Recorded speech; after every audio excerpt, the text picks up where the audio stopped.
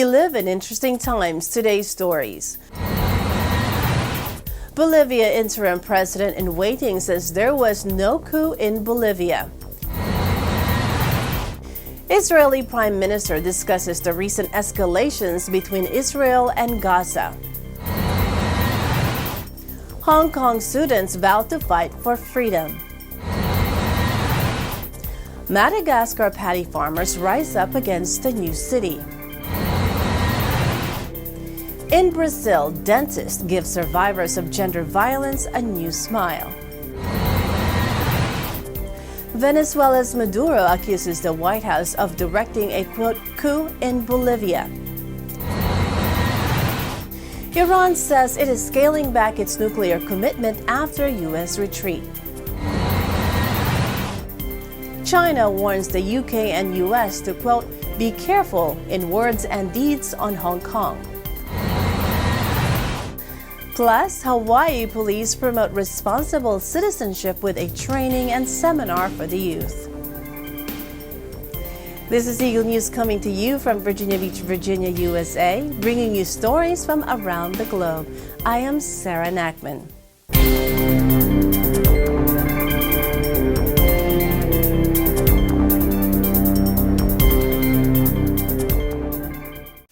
Senators set to succeed Evo Morales as interim president Jeanine Áñez says a coup did not take place in Bolivia. She says the country has instead shown the, quote, fraud that took place during the elections. Golpe de Estado es cuando hay armas, cuando hay militares en las calles con armas tomando por la fuerza. Y acá lo que nosotros hemos mostrado al mundo entero fue ese fraude que se montó para que don Evo Morales, por cuarto mandato, quiera estar de presidente de los bolivianos, a pesar de la decisión que nosotros tomamos el 21 de febrero de que él no podía ser candidato, pues lo hizo y ustedes ven lo dañino que ha sido para nuestro país.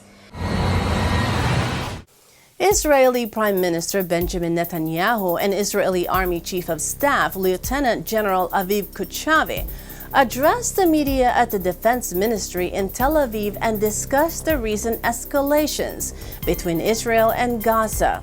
Israel's military killed a commander of Palestinian militant group Islamic Jihad in a strike on his home in the Gaza Strip on Tuesday, prompting retaliatory rocket fire and fears of a severe escalation in violence. בשנה האחרונה רב המחבלים הזה היה מחולל הטרור הראשי מן הרצועה. הוא יזם, תכנן וביצע פיגועים רבים. הוא ירה מאות רקטות לעבר יישובי העוטף. צה"ל והשב"כ אכן זיהו מועד. הם זיהו חלון הזדמנויות ייחודי לבצע את הפעולה בתנאים מיטביים עם מקסימום סיכויי הצלחה ומינימום פגיעה ובלתי מעורבים. ישראל אינה מעוניינת בהסלמה, אבל נעשה כל מה שידרש כדי להגן על עצמנו. ואני אומר מראש, זה יכול לקחת זמן. אין לנו עניין בהסלמה, אבל אנחנו נערכים להסלמה. אנחנו נערכים מבחינת הגנה אווירית, ימית, קרקעית, ואנחנו נערכים להמשך ההתקפה שכבר יצאה לדרך, ואם נצטרך, נעבור גם לסיכולים. Israel's military killed a commander of Palestinian militant group Islamic Jihad in a strike on his home in the Gaza Strip on Tuesday, prompting retaliatory rocket fire and fears of a severe escalation in violence. Separately in Damascus, Syrian state media reported that an Israel strike hit the home of another Islamic Jihad militant, killing his son and another person. Israel had not commented on that strike. Later Tuesday morning, Israel said it targeted 2 Islamic Jihad militants from the group's rocket launching unit who were posing an immediate threat. Gaza's health ministry reported 1 Palestinian killed in that strike in the northern Gaza Strip. Islamic Jihad's armed wing announced the death of the commander in Gaza City after Israel confirmed it had targeted Baha Abu al-Atta, 42. The group said Atta's wife was also killed. Israel blamed Atta for recent rocket fire into its territory and said he was preparing further attacks. The strike led to barrages of rocket fire from the Gaza Strip towards Israel, and air raid sirens rang out in various parts of the country while residents ran to bomb shelters. Israel's military said around 50 rockets had been fired at its territory, and air defenses had intercepted around 20 of them. Students from Hong Kong University say they are still prepared to fight for their freedom, despite an increase in violence in the Chinese city since a protester was shot in the torso on Monday. I think, first of all, the head of the university should come out and talk to the police and urge them not to come into our universities. It is an educational institution and no police should be allowed to come in here and start an unrest. I wouldn't say the principal of the university or the staff of the university has to support us, but I think they have to keep neutral. They won't have to interfere with us, like they don't prohibit us from going out on the streets, and they won't just invite the police to come in the campus to arrest us. I think they should protect the students. I mean, that's their job. I think the police action makes me furious, and it also scares me because but I'm willing to go on the streets, fight for our freedom. We have to eliminate this vicious cycle. I mean, if we are getting more violent and violent, then the police are only getting more and more violent, and they're gonna eventually shoot the bullets. Hong Kong pro-democracy protesters clashed with riot police in the city's upmarket business district and on university campuses Tuesday, extending one of the most violent stretches of unrest seen in more than 5 months of political chaos. The confrontations followed a particularly brutal day on Monday, when police shot a protester and a man was set on fire, prompting calls from Western powers for compromise, but further fury in China against the challenge to its role. Police spokesman Kang Wang-chong told a press conference on Tuesday as he defended the force against seething public anger, quote, "Hong Kong's rule of law has been pushed to the brink of total collapse." In Central, a district that is home to many blue-chip international firms and luxury shops, thousands of office workers occupied roads for hours on Tuesday chanting, "Fight for freedom, stand with Hong Kong." Hundreds of hardcore protesters, dressed in their signature black clothes and masks, then used a bus to barricade a key road in the area. They threw bricks and other objects before retreating when riot police fired tear gas in the shadows of high-end stores. But the streets filled with protesters once more as people left work for the evening, prompting police to carry out another dispersal operation with tear gas. The scenes in Central were a vivid illustration of how ordinary people are continuing to back the pro-democracy movement, even as the radicals adopt more violent tactics. In other news, anger is boiling over in the hills surrounding Antananarivo over plans to relocate part of Madagascar's Chote capital to emerald green farmland. Hundreds of farmers in Ambo Hitramanjaka village are facing off with the authorities over a presidential scheme that threatens to engulf 1,000 hectares or 2,500 acres of rice fields. Here's the report. These Malagasy rice fields have been in Jean Desire's family for 5 generations. Farmers in this area also sell bricks and work in fishing to augment and stabilise their income.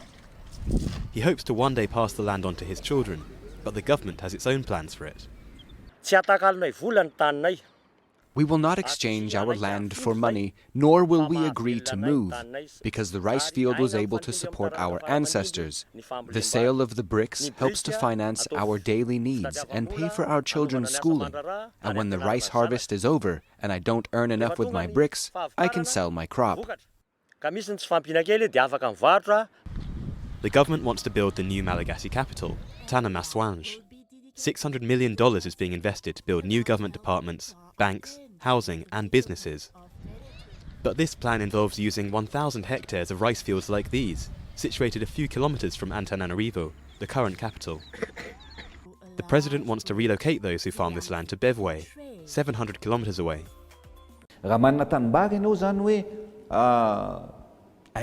If you have a 1 hectare rice field, in return for it, I'll give you 5 hectares in Bevway. But the local residents are not all convinced and want to make themselves heard. Just by selling our fish, we can earn around €7.50 a day. You are destroying our livelihood. Why are you destroying our livelihood? The Malagasy government has offered a total of about $20 million in compensation to more than 700 families and indicated that it was looking for other solutions.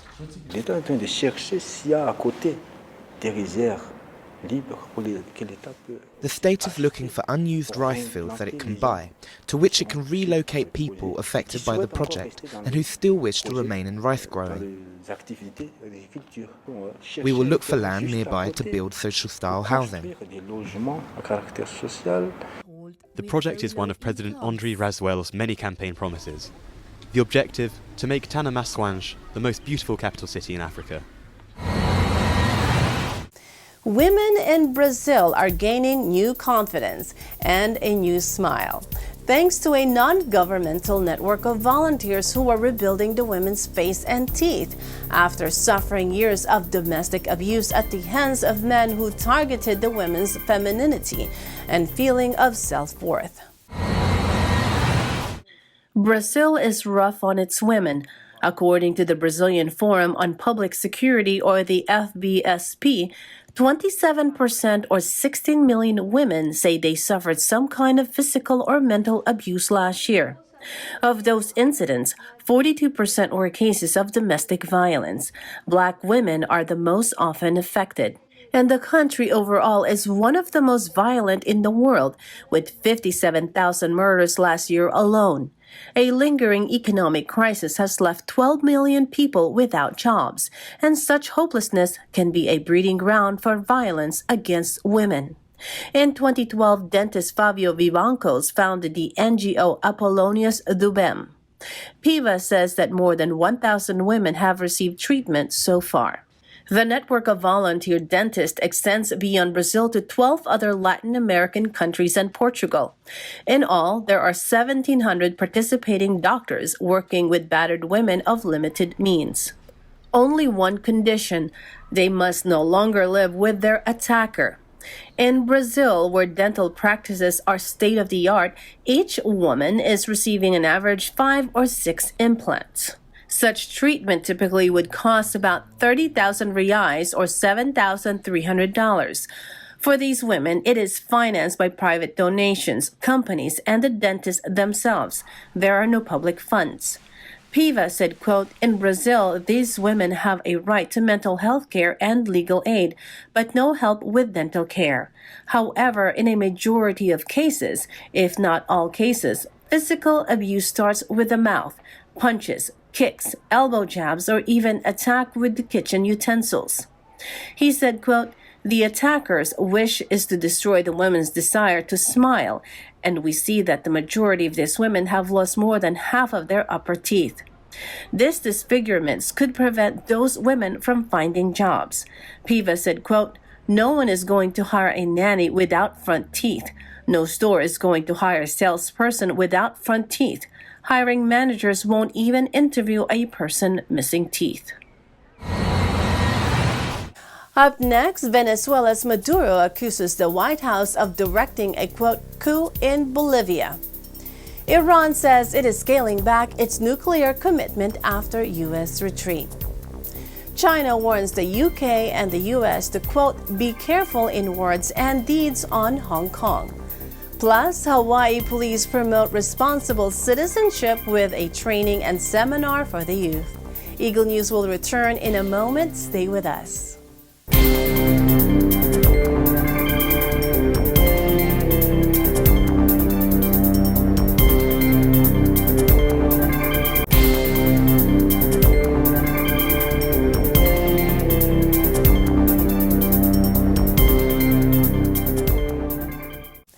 Welcome back. This is Eagle News coming to you from Virginia Beach. I am Sarah Nachman.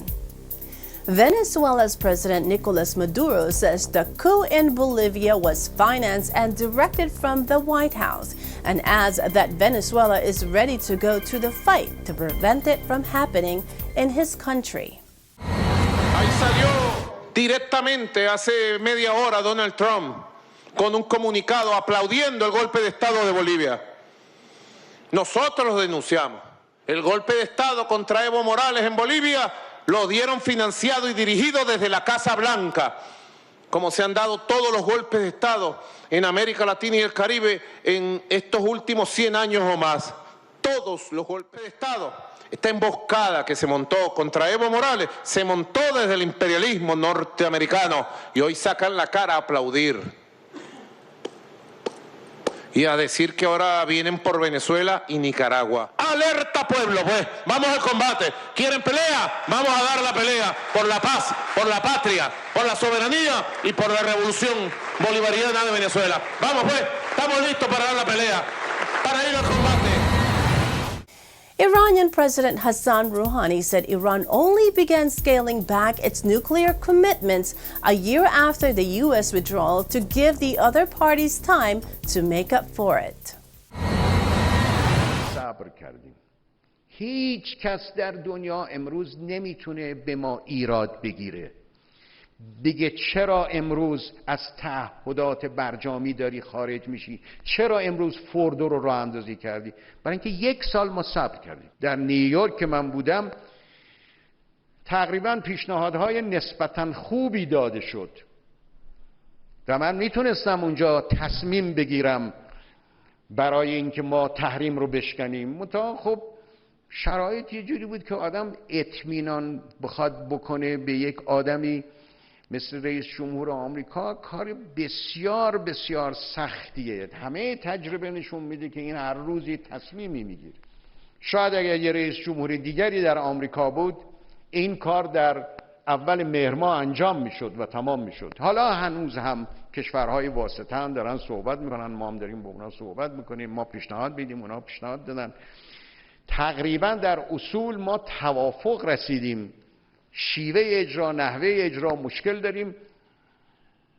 Iran accused European nations of hypocrisy on Tuesday for criticizing its latest step back from a nuclear deal while failing to fulfill their commitments of relief from U.S. sanctions. But President Hassan Rouhani made no mention of a new report from the UN nuclear watchdog that reveals that its inspectors detected uranium particles of man-made origin at an undeclared site in Iran. Britain, France, Germany, and the EU have been trying to salvage the 2015 Iran nuclear deal since the U.S. unilaterally withdrew from it in May last year and began reimposing sanctions. A year after the U.S. pullout from the Joint Comprehensive Plan of Action, Iran began reducing its commitments to the deal, hoping to win concessions from those still party to the accord. Iran's latest measure came last week when engineers began feeding uranium hexafluoride gas into mothballed enriched centrifuges at the underground Fordow plant south of Tehran. In a joint statement on Monday, Britain, France, Germany, and the European Union said Iran's decision to restart activities at Fordow was, quote, inconsistent with a 2015 nuclear deal. China's foreign ministry slammed the UK and US over their stance on the unrest in Hong Kong.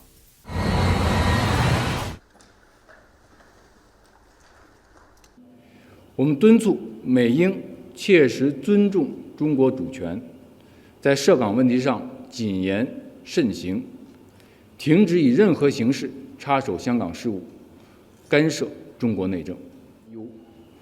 如果美英真像他们所声称的那样反对暴力，呼吁克制，他们为什么不对这种攻击普通平民的行为予以严厉谴责？发表上述言论的美国政府官员不具名，恐怕是他自己都不好意思具名发表这样的言论吧。我想这些调整，包括对项目的一些加强和改进，都是出于项目实际和实施的需要。这么做是为了便于项目的管理，也为了减少监管的成本。世行的声明比较客观地反映了执教项目的执行情况，讲清了事实，也有力地否定了所谓的有关的指控。Meanwhile, in Hawaii, in recent years, Honolulu's police have been plagued with corruption allegations and scandal resulting in the arrest and conviction of its former chief.